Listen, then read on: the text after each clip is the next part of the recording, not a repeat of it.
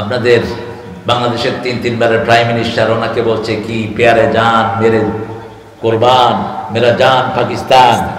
আমরা কেউ পাকিস্তানে যাইনি, কিন্তু ওনারা ভেস্কি খেয়ে কোথায় গেছে? কোথায় গেছে?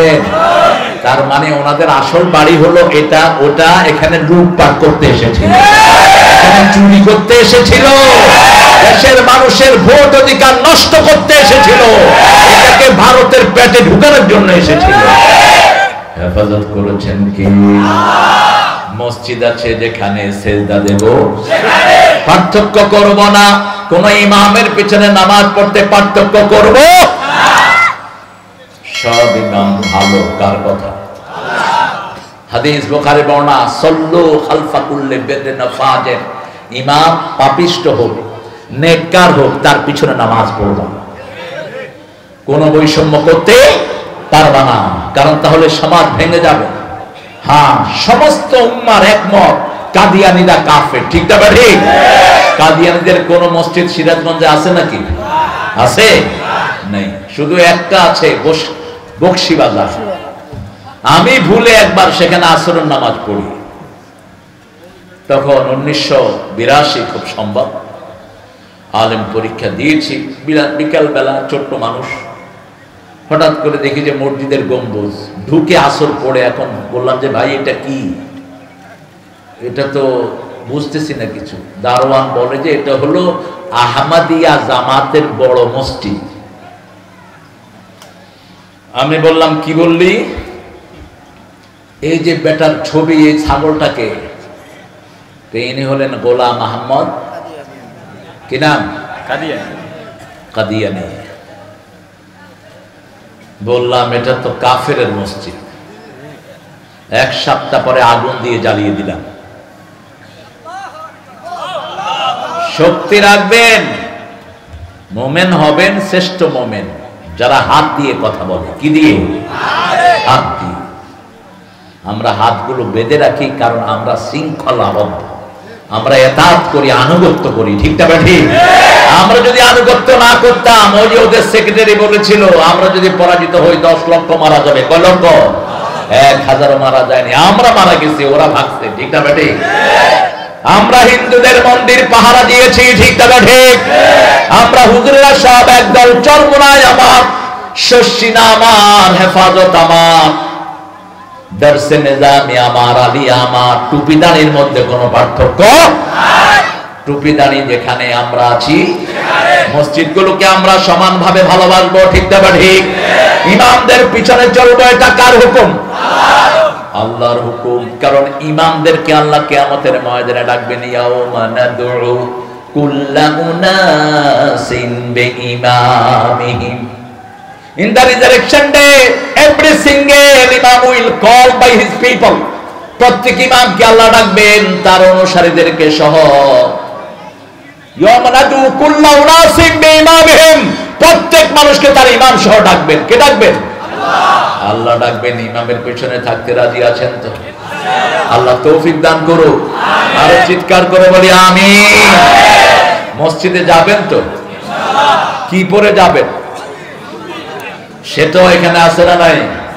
সবচেয়ে পুরান টুপিটা পরে যাবেন ইনশাআল্লাহ। সবচেয়ে নোংরা পাঞ্জাবিটা পরে যাবেন, যেটা ভাঁজ হইতে হইতে পিছনে উঠে গেছে। এটা পরে গেলে মনে করে বিরাট মুত্তাকি, খুবই সে। জামাটা পুরান হবে কিন্তু পরিষ্কার হবে। রাসূল সাল্লাল্লাহু আলাইহি ওয়াসাল্লাম হাত দিয়ে ভাঁজ করে বালিশের নিচে রাখতেন। কোথায়? বালিশের নিচে। কারণ তিনি সুতি পরতেন বেশি। কখন? তিনি সুতি পরতেন বেশি। এই যে সুতি, তোমারটা না বেজাল আছে? ভারতে?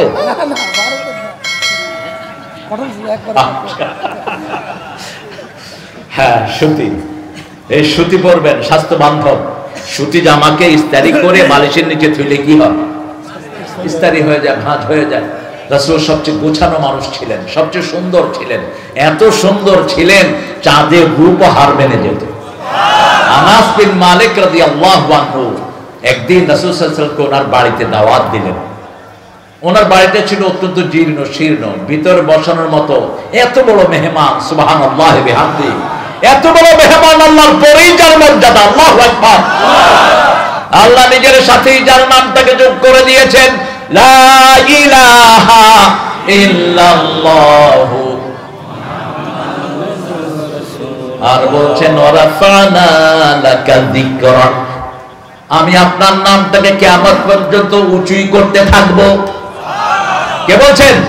আল্লাহ বলছেন। সেই নবীর রাহমা গেলেন নানাস বিন মালিকের দাওয়াতে, গিয়ে উঠোনে বসলেন। কোথায়? উঠোনে বসে। উঠোন বলেন তো আপনারা, কি বলেন?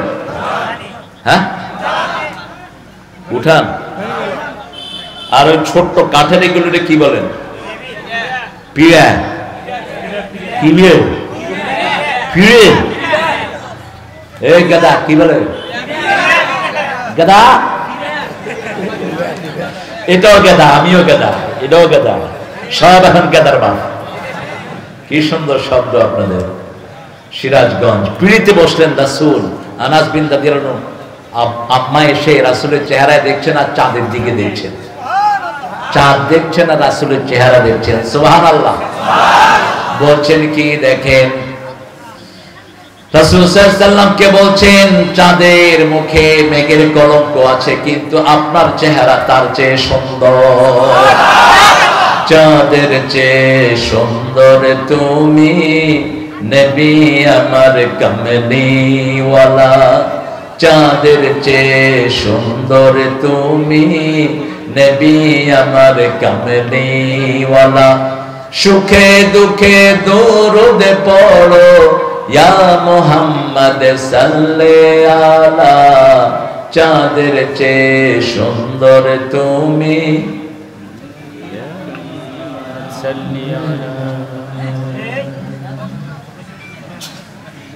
রাসূলের সাথে থাকতে চান তো?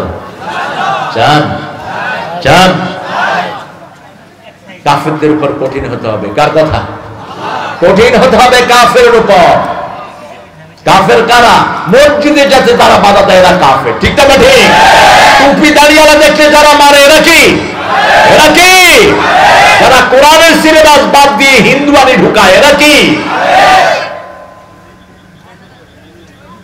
কাশেম আলী মিন্টুর নাম শুনেছেন তো? মীর কাশেম আলী কে ছিলেন?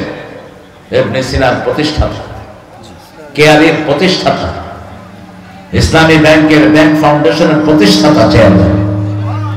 লক্ষ লক্ষ লোকের চাকরি দিয়েছে এই কাশেম আলী মিন্টু রাহিমাহুল্লাহ। 3 ঘন্টা বাকি তার ফাঁসির। জল্লাদ এসেছে, স্যার 3 ঘন্টা পরে আপনাকে নিয়ে যাব। কোথায়? ফাঁসিতে। তিনি বলেন আলহামদুলিল্লাহ। কি বললেন? বললেন আমি 2 ঘন্টা ঘুমাবো, 2 ঘন্টা পরে তুমি আমাকে ডেকে দিও। ডাকা লাগবে না, আমি নিজেই উঠে যাব। 2 ঘন্টা ঘুমিয়ে পড়লেন। লোকটা অবাক হয়ে তাকিয়ে থাকলো। 3 ঘন্টা পরে আপনার ফাঁসি, আপনি ঘুমাবেন? বলছে এই শরীরটা আল্লাহ দান করেছেন, আল্লাহ শরীরটা আল্লাহর কাছে যেতে সৌন্দর্য মণ্ডিত করে যেতে হবে। ঠিক না ঠিক? চলে গেলেন, ঘুমিয়ে পড়লেন। ঘুম থেকে উঠলেন, উঠে সুন্দর করে জামা কাপড় পরলেন। প্রথম ওযু করলেন, তারপরে নতুন জামা পরলেন। কারণ আল্লাহ বলছেন সূরা আরাফ, খুযু যিনাতাকুম ইনদা কুল্লি মসজিদ, you must beautify yourself when you enter the mosque. যখন আপনি মসজিদে যাবেন সুন্দর পোশাকটা পরবেন। এটা কার কথা? আল্লাহর কথা। সবচেয়ে দামি পোশাক, সবচেয়ে সুন্দর পোশাক কোথায় যাবেন? কোথায়? বিয়ের আসরে না, মসজিদে। কারণ আল্লাহর চেয়ে বড় মেহমান কেউ নাই। ঠিক না ঠিক? তিনি সালাত আদায় করলেন। সালাত আদায় করে মোনাজাত করলেন। মোনাজাত করে তারপরে ওই নতুন ড্রেসে ফাঁসির দিকে যাচ্ছে। জল্লাদরা তার পাশে পাশে হাঁটছে, হাত ধরছে, বলছে হাতটা ছেড়ে দাও, কারণ আমি সন্তুষ্ট চিত্তে আল্লাহর সাথে দেখা করতে যাচ্ছি। সেখানে দাঁড়ালেন, দাঁড়িয়ে পড়লেন আশহাদু আল্লা ইলাহা ইল্লাল্লাহু ওয়াহদাহু লা শারীকা লাহু ওয়া আশহাদু আন্না মুহাম্মাদান। আল্লামা মতিউর রহমান নিজামীকে ধরে নিবে তারা। যাওয়ার আগে তিনি ছেলেকে বলছেন, এদের সাথে আমার আত্মীয়তার সম্পর্ক। আমার 3 আত্মীয়কে এরা দুনিয়া থেকে বিদায় করেছে, অত্যন্ত কাছের আত্মীয়। তিনি তিনার ছেলেকে ডেকে বলছে, ছেলে ব্যারিস্টার এবং আলেম, নজিব মোমেন, দেখা করতে গেছে। বলছে, বাবা কোন ড্রেসটা পরলে আল্লাহ খুশি হবেন? সুবহানাল্লাহ বলতে ইচ্ছা করে না। ছেলে বলছে, বাবা আপনি সব সময় টুপি, সাদা পাঞ্জাবি আর সাদা পাজামা পরেন, ওটাই পরেন, কারণ আল্লাহ সাদাকে সবচেয়ে ভালোবাসেন কে? আকাশের অধিকাংশ রং কি? রং কি? সাগরের অধিকাংশ রং কি? সাদা। আল্লাহ নিজের জন্য যদি কোন রং পছন্দ করতেন সাদাই করতেন। বলেছেন রাহমাতাল লিল আলামিন। সাদা পড়লেন, নামাজ পড়লেন, ফাঁসির মঞ্চের দিকে যাচ্ছেন।